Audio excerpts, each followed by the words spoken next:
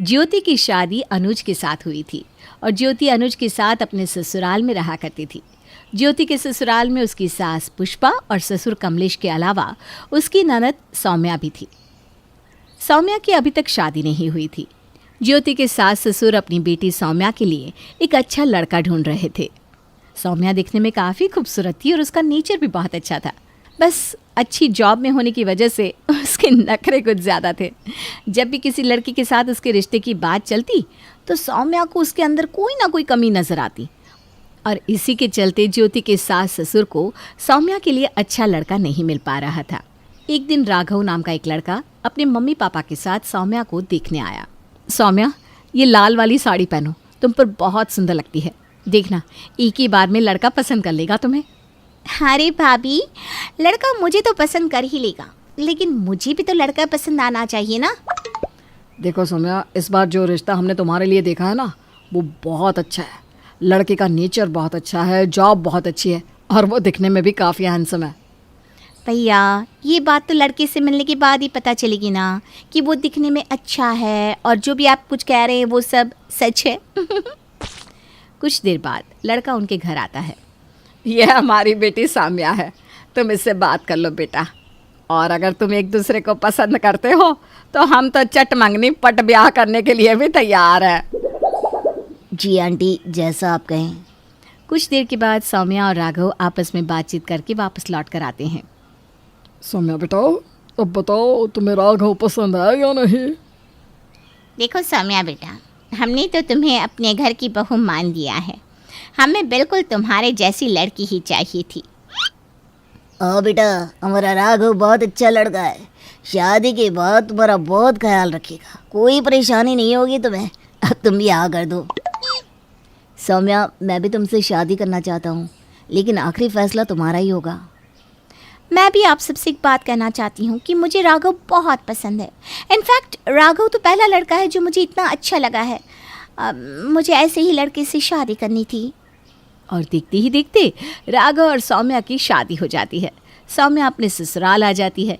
सौम्या की शादी उसी शहर में हुई थी जहाँ पर उसका मायका था। शादी के अगले दिन, राघव बेटा, एक बहुत बड़ी परेशानी आ गई है। क्या हुआ पापा, सब ठीक तो है ना? आप इतने परेशान क्यों लग रहे हैं? अरे बेटा, क्या बताएं, हमारे घर के पीछे एक बहुत बड़े होटल का कंस्ट्रक्शन हो रहा है और उसकी नींव की खुदाई होने की वजह से दिन रात डिस्टर्बेंस होता है। बहुत शोर आने वाला है इस घर में। लेकिन मम्मी पापा, अगर हमारे घर के ठीक पीछे ही इतना बड़ा होटल बन जाएगा तो वैसे भी घर का सारा वेंटिलेशन ही खराब हो जाएगा। अब हम क्या करें? क्या कर सकते हैं बेटा, हमारा अपना घर है, रहना तो यहीं पड़ेगा ना। मम्मी जी, पापा जी, अगर आप लोग बुरा न माने तो एक बात कहूँ। हाँ हाँ बहू, बताओ क्या कहना चाहती हो। मैं ये कह रही थी कि क्यों ना हम एक फ्लैट में शिफ्ट हो जाएं। आजकल ऐसे घरों में कौन रहता है, और वैसे भी यहाँ पर कंस्ट्रक्शन का शोर होगा, उसकी वजह से दूसरी प्रॉब्लम्स भी आएगी। हम इस घर को बेचकर एक सुंदर से फ्लैट में चले जाते हैं। तुम्हारी बात बिल्कुल सही है सौम्या, मैं मम्मी पापा से कब से कह रहा हूँ, और वैसे भी मुझे फ्लैट में रहने का बहुत मन था। लेकिन बेटा, इतनी जल्दी अच्छा फ्लैट कहाँ मिलेगा, और फिर महंगा भी बहुत पड़ेगा। तुम्हारे पापा ठीक कह रहे हैं बेटा, इतना खर्चा और ऊपर से अच्छा फ्लैट मिलना मुश्किल। हाँ, आप लोगों को उसकी चिंता करने की ज़रूरत नहीं है। जिस फ्लैट में मेरे मम्मी पापा और भैया भाभी रहते हैं ना, उसके ठीक ऊपर एक बहुत सुंदर फ्लैट खाली है और वो फ्लैट मेरे पापा का ही है। वो बहुत टाइम से बेचना चाहते थे। अगर आप पापा से बात करेंगे तो बहुत सही रेट में वो फ्लैट हमें दे देंगी। लेकिन इस तरह तुम्हारे पापा से इस बारे में बात करना अच्छा लगेगा क्या? अरे वो पापा है मेरे, हमारी फैमिली है, वो इस चीज़ के लिए कभी मना नहीं करेंगे। और वैसे भी हम कौन सा उनसे फ्री में ले रहे हैं। ठीक है बेटा, आज तुम सौम्या को पग फेरे के लिए लेकर जा ही रहे हो तो अपने ससुर जी से इस बारे में बात कर लेना। कुछ देर के बाद दोनों सौम्या के घर पहुंचते हैं। पापा, राघव को आपसे कुछ ज़रूरी बात करनी थी। पापा जी, वो बात यह है कि मुझे एक फ़्लैट चाहिए था। सौम्या ने बताया कि ऊपर वाला फ्लैट आपका ही है और आप उसे बेचना चाहते हैं। अरे हाँ राघव, बिल्कुल सही कह रहे हो। दरअसल वो फ्लैट पापा ने मुझे दिलवाया था, लेकिन मुझे और ज्योति को अलग रहना पसंद नहीं है। हम तो मम्मी पापा के साथ इसी फ्लैट में रहने वाले हैं। अगर ऐसा है अनुज, तो क्या तुम वो फ्लैट मुझे बेच सकते हो? क्योंकि हम लोग किसी फ्लैट में शिफ्ट होने के बारे में सोच रहे थे। अरे बेटा कैसी बात कर रहे हो, दामाद हो तुम हमारे। एक काम करो, कल ही अपने मम्मी पापा को लेकर ऊपर वाले फ्लैट में शिफ्ट हो जाओ। नहीं पापा जी, पहले आप ये बताइए कि वो फ्लैट मुझे कितने में बेचेंगे, क्योंकि मैं इस तरह बिना पैसों के उस फ्लैट में आकर नहीं रह सकता। देखो राघव, सौम्या मेरी इकलौती बहन है और पापा की इकलौती बेटी।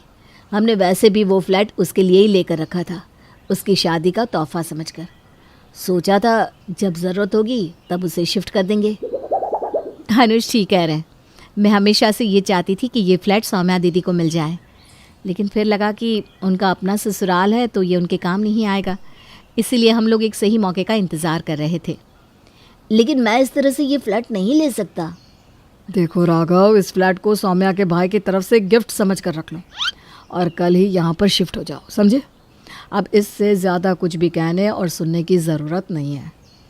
राघव और सौम्या खुशी खुशी अपने घर लौट आते हैं और ये बात राघव अपने मम्मी पापा को बता देता है। लेकिन अगले ही पल राघव को महसूस होता है कि उसकी माँ के चेहरे के एक्सप्रेशंस कुछ बदले हुए नज़र आ रहे थे। क्या हुआ मम्मी, अब तो सारी प्रॉब्लम सॉल्व हो गई है, अब आप क्यों परेशान हैं? बेटा, घर का इंतज़ाम तो हो गया, लेकिन मुझे इस बात की चिंता है कि अगर हम वहाँ पर रहने लगे तो सौम्या बहू अपने ससुराल में रहेगी या मायके में।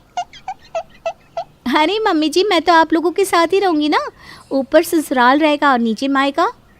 इसी बात का तो डर है बहू, ये ऊपर नीचे के चक्कर में ज़िंदगी ऊपर नीचे ना हो जाए। अभी तक तो सब कुछ ठीक लग रहा था, लेकिन कहानी में मोड़ तब आया जब राघव सच में सौम्या और अपने मम्मी पापा को लेकर सौम्या के मायके के ऊपर वाले घर में शिफ्ट हो गया। और उसके बाद शुरू हुआ असली ड्रामा। राघव सौम्या और अपने परिवार को लेकर सौम्या के मायके के ऊपर वाले फ्लैट में शिफ्ट तो हो गया था, लेकिन उसे ये नहीं पता था कि ज़िंदगी की असली जंग अब शुरू होने वाली थी। शिफ्ट होने के कुछ दिनों के बाद सौम्या के मायके में। अनुज, मुझे लगता है कि हमने सौम्या दीदी को ऊपर वाला फ्लैट देकर ना बहुत बड़ी गलती कर दी है। ऐसा क्यों कह रही हो? तुम तो सौम्या से बहुत प्यार करती हो और तुम ही चाहती थी ना कि वो फ्लैट उसे गिफ्ट कर दिया जाए। क्या बात है बहू, अपनी ननद से इतनी नाराज़गी क्यों? देखिए मम्मी जी, मैं जानती हूँ वो आपकी बेटी है और मुझे भी सौम्या दीदी से कोई परेशानी नहीं है, लेकिन इन दिनों जो कुछ भी चल रहा है ना, वो मुझे बिल्कुल बर्दाश्त नहीं हो रहा। अरे बहू, लेकिन हुआ क्या है? साफ साफ बताओ तो ज़रा। देखिए ना, सौम्या दी अपनी बालकनी में रखे प्लांट्स में पानी डालती हैं और सारा का सारा पानी टपक टपक कर हमारी बालकनी में गिरता है। अब मैं सारा दिन सफाई थोड़ी ना करती रहूँगी। अरे तो तुम्हें ये बात सौम्या से कह देनी चाहिए थी। कह चुकी हूँ मम्मी जी, कई बार कह चुकी हूँ। ज़्यादा कहूँगी तो ननद भाभी के रिश्ते में प्रॉब्लम आ जाएगी, बस यही सोचकर चुप रह जाती हूँ। और दूसरी तरफ सौम्या दीदी की सास, वो बालकनी में कपड़े सुखा देती हैं, सारा दिन पानी टपक टपक कर हमारी बालकनी को भिगोता रहता है। देखो बहू, मैं सौम्या को समझाने की कोशिश करूँगा, तुम परेशान मत हो। उसी वक्त दरवाजे की घंटी बजती है। अनुज जैसे ही दरवाज़ा खोलता है, सामने सौम्या गुस्से में खड़ी हुई थी। अरे क्या हुआ, आज सुबह सुबह मायके की याद कैसे आ गई? देखो भैया, आप ना भाभी को समझा लो।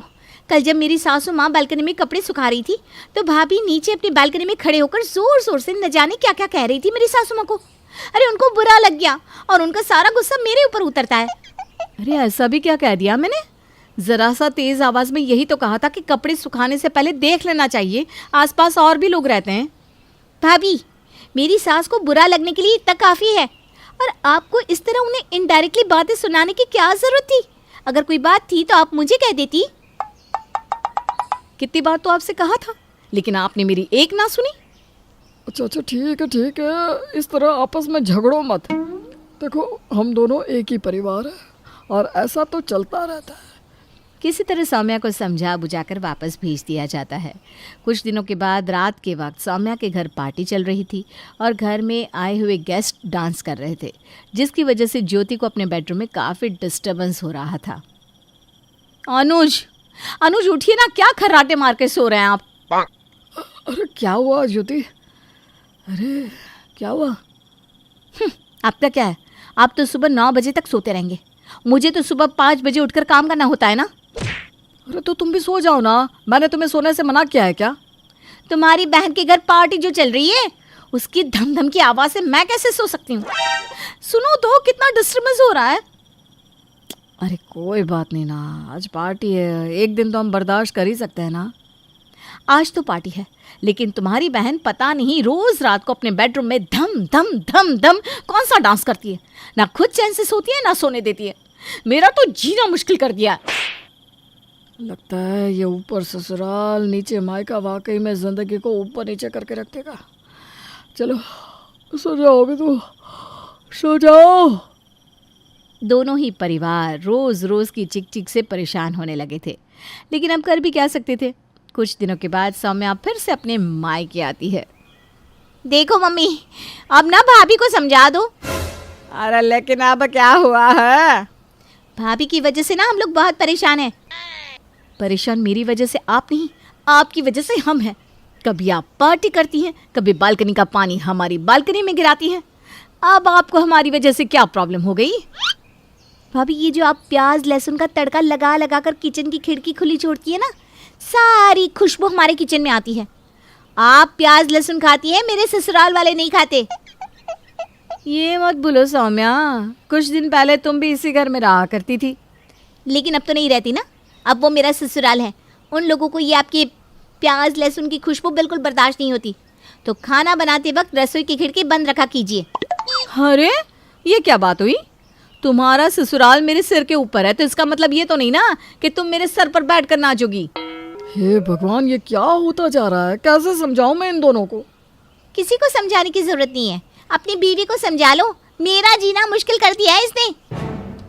उस दिन भी किसी तरह दोनों को समझा बुझाकर बात को रफा दफा कर दिया गया, लेकिन धीरे धीरे प्रॉब्लम बढ़ने लगी और एक दिन ऊपर वाला ससुराल और नीचे वाला मायका दोनों आमने सामने आकर खड़े हो गए। ज्योति अपनी ननद सौम्या के ससुराल में पहुंच गई। ज्योति को इस तरह गुस्से में जाते देख पुष्पा भी उसके पीछे पीछे भागी। साथ में कमलेश और अनुज भी आ गए। देखिए सौम्या दीदी, आपका ससुराल ऊपर है और मायका नीचे है, लेकिन इस बात का मतलब ये बिल्कुल नहीं कि आप हमारा गलत फ़ायदा उठाएंगी। कमाल है भाभी, मेरी शादी क्या हुई, आपके तो तेवर ही बदल गए। और वैसे भी ऐसा क्या फ़ायदा उठा लिया मैंने आपका? अरे तुम दोनों चुप हो जाओ, इस तरह लड़ने की क्या जरूरत है? जानते हैं भैया, जब से आपने ये घर मुझे गिफ्ट किया है ना, भाभी को बहुत प्रॉब्लम हो रही है। हाँ हाँ, अब तो तुम यही कहोगी ना। भूल गई, ये घर तुम्हें गिफ्ट देने के लिए मैंने ही कहा था। अब दोनों प्लीज झगड़ना बंद कर दीजिए। जो भी बात है हम मिलजुल कर सुलझा लेते हैं ना। देखो ज्योति बेटा, जो भी बात है बताओ, आखिर हुआ क्या है? आंटी जी, आप कीर्तन में चली जाती हैं, अंकल जी सारा दिन घर में रहते नहीं, राघव और सौम्या ऑफिस चले जाते हैं। अरे बहू, तो इसमें झगड़ा करने की क्या बात है? अरे पापा जी, सौम्या दी दिन भर ऑनलाइन शॉपिंग करती रहती हैं और उनकी सारे पार्सल हमारे घर पर डिलीवर होते हैं, क्योंकि इन्होंने उन लोगों को बोल रखा है कि अगर पार्सल उनके घर पर कोई ना मिले तो हमारे घर दे दिया करे। अरे तो क्या हो गया, मायका है मेरा, आप लोग इतना भी नहीं कर सकती? दिन भर घंटी बजती रहती है। कितनी ऑनलाइन शॉपिंग करती हैं आप? मैं आगे से आपका कोई पार्सल नहीं लेने वाली। देखो सौम्या, तुम एक काम करो, अपना पार्सल अपने घर पर ही मंगवाया करो। भैया, आपको तो बस भाभी ही नजर आती है, हैं? अरे इनकी वजह से मुझे कैसे और कितनी प्रॉब्लम होती है जानती भी हैं आप? अब मैंने क्या कर दिया? जानते हैं भैया, मेरी पार्किंग वाली जगह पर भाभी जानबूझकर अपनी स्कूटी लगा देती है और रोज सुबह सुबह पहले मुझे उस स्कूटी को हटाना पड़ता है। सौम्या और ज्योति का झगड़ा रुकने का नाम ही नहीं ले रहा था। घर के बाकी के सब लोगों ने अपना अपना सर पकड़ लिया था। सब समझ चुके थे कि ऊपर ससुराल और नीचे मायका अब अपना असली रंग दिखा रहा था। आज मेरे मायके से बड़ी मज़ेदार खुशबू आ रही है। लगता है भाभी या मम्मी कुछ बढ़िया बना रही हैं। चलो जाकर देखती हूँ और लगे हाथ खाकर भी आ जाऊंगी। मायरा घर से बाहर निकलने ही वाली होती है कि पीछे से उसकी सास आ जाती है। ओ मैडम, कहाँ निकली आपकी सवारी हैं? माँ जी, दरअसल वो ना आज मायके में भाभी को थोड़ा सा पेट दर्द हो गया है, बस वही तो एक अच्छी ननद होने का फर्ज निभाते हुए उनका हाल चाल पूछने जा रही हूँ मैं। कोई ज़रूरत नहीं है, रोज तेरे मायके में किसी न किसी की तबीयत खराब हो ही जाती है और रोज तू फुदक के चली जाती है। हमारी ही अकल पर पत्थर पड़े थे जो पड़ोस की लड़की को ही बहू बना लिया। अब आपका मायका 100 किलोमीटर दूर है, उसमें मेरा क्या कसूर? आपका खाना बना दिया है, आटा भी गूंद दिया है, गर्मा गर्म फुल्की बनाकर खा लेना ना आप। ये है मयूरा, जिसका मायका और ससुराल दोनों भी आस पड़ोस में 2 मिनट की दूरी पर है, जिसका पूरा पूरा फायदा उठाते हुए मयूरा हर दिन मायके के चक्कर लगाती रहती है। हेलो मम्मी, हाय भाभी, क्या बात है? आज तो बड़े ही शाही और लजीज पकवान बने जा रहे हैं। कोई दावत शावत है क्या आज हमारे घर पर? खुशबू आई नहीं कि चली आ गई महारानी चींटियों की तरह सूंघती हुई। अरे बेटा, तेरे भाई का प्रमोशन हो गया है, इसी खुशी में उसके मनपसंद पकवान बना रहे हैं। बस आ जाती तू भी, दामाद जी और समधी समदन जी को भी न्योता दे दे। पर मम्मी जी, हमें थोड़ी ना पता था कि ये सब आएंगे। मैंने तो वैसे भी खाना कम ही बनाया है। क्या भाभी, अब आपको ये तो पता है कि मेरा ससुराल पड़ोस में ही है, और आपको तो मैंने कह कर रखा है ना कि मेरे 2 एक्स्ट्रा फुलके सेक कर रख दिया करो। मुझे मम्मी के हाथ की बनी सब्जियां कितनी पसंद है। आई बड़ी महारानी। ऐसे ही मयूरा आधा दिन अपने ससुराल में और आधा दिन अपने मायके में गुजारती रहती। एक दिन सुबह नाश्ते के दौरान मयूरा के ससुर धनराज और पति श्लोक, अरे मयूरा, ये क्या? ये पराठा तो आधा कच्चा है और मेरा पराठा तो कुछ ज्यादा ही एक्स्ट्रा पक गया, जो जल गया है, कोयले से भी काला हो गया। ये तो होगा भी क्यों नहीं। ये करम जली सुबह सारा काम ऐसे ही फटाफट गड़बड़ी में जैसे तैसे निपटाकर अपने मायके भाग जाती है। इससे क्या फर्क पड़ता है? सास को अगर चक्कर आ गए दिन दहाड़े, तब कौन आएगा बचाने? ओ कम ऑन माँ जी, चक्कर, और वो भी आपको? दिन भर आप हर आधे घंटे में कुछ न कुछ खाती रहती हो और फिर भी मुझे ताने कस रही हो। Very bad. तो तू कौन सी गुड है, हैं? आई बड़ी। वहां मायके के घर में वंदना अपने पति यानी मयूरा के भाई गोपाल से कहती है, गोपाल, तुम ना तुम्हारी प्यारी बहन को समझा कर रखो। अरे तीज त्योहार, रक्षाबंधन, दीपावली, इन सब पे अपने मायके आए तो ठीक लगता है, लेकिन ये मैडम, ये तो रोज ही चली आती है मुंह उठाए। अरे सोचिए मम्मी जी, अगर मैं भी रोज इस तरह अपने मायके जाऊं तो आपको ये सही लगेगा? नहीं ना? फिर वंदना सही कह रही है मम्मी, जरा इस बात पर गौर फरमाइए। हाँ बेटा, मुझे पता है। उस दिन तो गली की औरतें भी सब्जी वाले के यहाँ गप्पे लड़ाते हुए बातें बना रही थी कि मयूरा तो दिन भर सिर्फ अपने मायके में ही रहती है। आज उसे आने दो, मीठे बोल से ही समझाऊंगी, समझ जाएगी वो। फिर जब मयूरा मायके आती है तो, मम्मी, आपको तो कोई दिक्कत नहीं है ना मेरे इस तरह आपसे मिलने यहाँ आने से? ये देख सरोज का मन ममता के मुंह में आ जाता है। ना बेटी ना, तू ऐसा क्यों सोच रही है? और तेरी आंखें नम क्यों हैं? तू क्यों रो रही है बेटा? समधन जी ने कुछ कहा है क्या? उफ़ो, ये मम्मी जी भी ना, उन्होंने एक आंसू गिराया नहीं कि पिघल गई।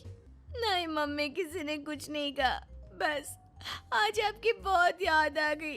रोज आपसे मिलती ही हूँ, लेकिन आज पता नहीं क्या हुआ। और इसी के साथ सरोज अपनी बेटी को कुछ नहीं बोल पाती और अब मयूरा का मायके में आना जाना इतना बढ़ जाता है कि वो मायके के फैसलों में भी दखल अंदाजी देने लगती है। तभी वहां पर बरखा आती है। अगर इतना ही परेशान हो तो उसे घर के अंदर आने ही क्यों देते हो?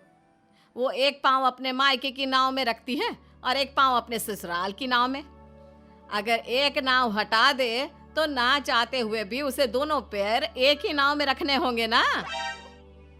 हाँ काकी, एकदम बराबर बात कर रही हैं आप। लेकिन समधन जी, आप अपनी बेटी के मुंह पे दरवाजा लगा पाती क्या?